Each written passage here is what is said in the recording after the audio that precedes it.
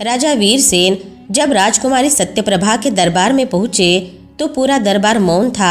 राजकुमारी अपने सिंहासन पर बैठी थी और बड़े ही आत्मविश्वास से राजा वीरसेन की ओर देख रही थी।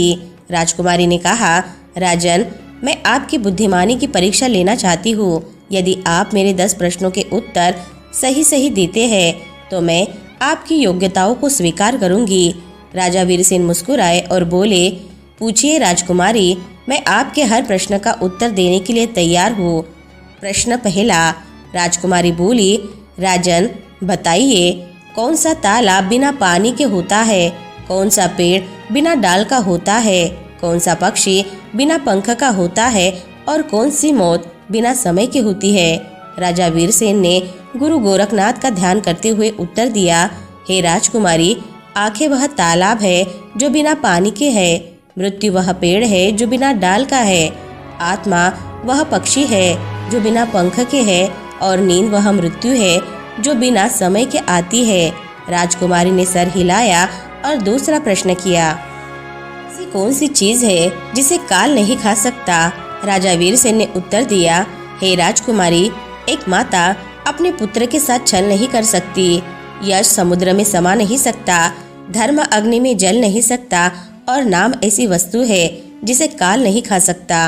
राजकुमारी मुस्कुराई और तीसरा प्रश्न पूछा, ऐसी कौन सी चीज है जो बचपन में 30 गज की, जवानी में 4 गज की, बुढ़ापे में 7 गज की और मरने के बाद अनंत हो जाती है? राजा वीरसेन ने उत्तर दिया, यह मनुष्य की परछाई है जो सुबह लंबी होती है, दोपहर में छोटी हो जाती है, शाम को फिर लंबी हो जाती है और रात में विलीन होकर अनंत में समा जाती है। राजकुमारी ने मुस्कुराते हुए चौथा प्रश्न पूछा, ऐसी कौन सी चीज है जो हमेशा बदलती रहती है पर कभी नहीं बदलती?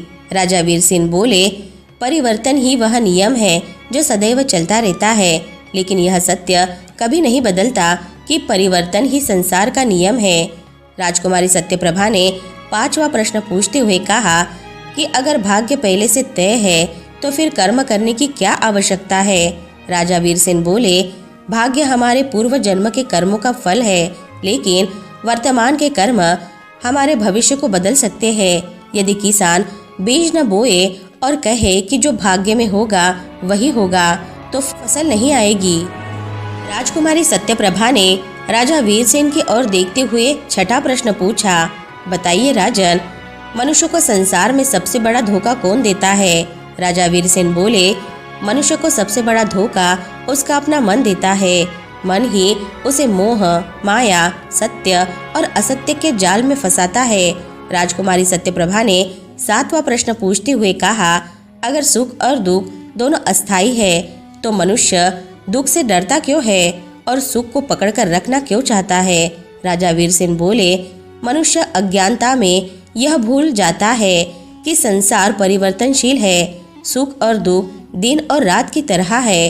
राजकुमारी सत्यप्रभा ने खुश होकर राजा वीरसेन को 8वां प्रश्न पूछा, हे राजन, क्या यह संसार हकीकत है या केवल एक भ्रम?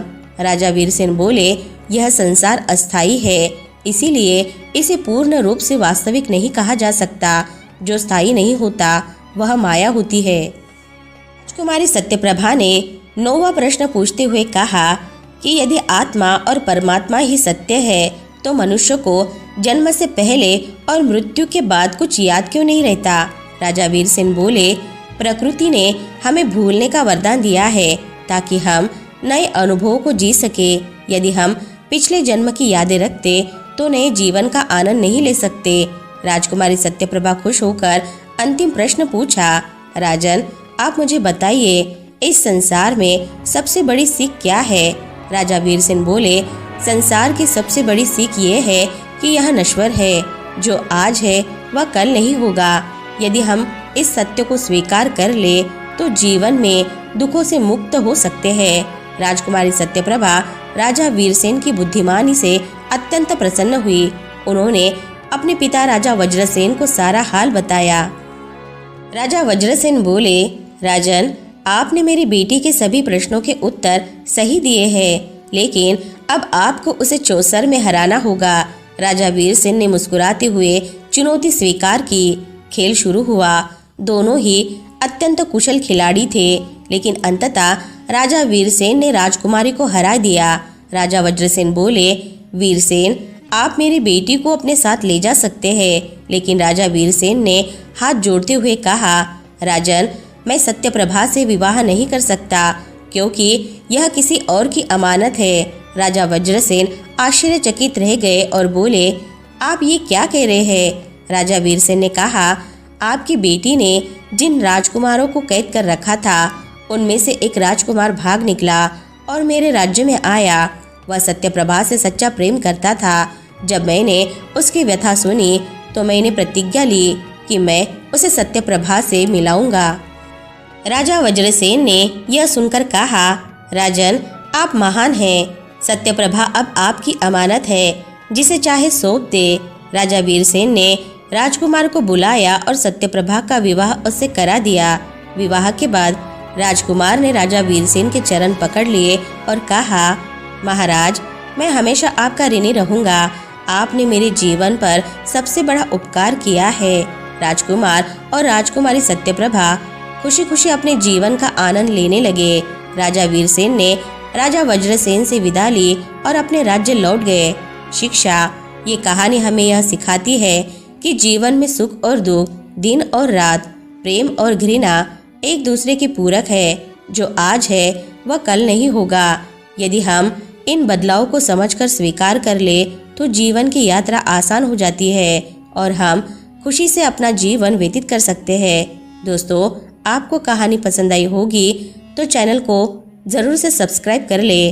कहानी को अंत तक देखने के लिए आप सबका तहे दिल से धन्यवाद।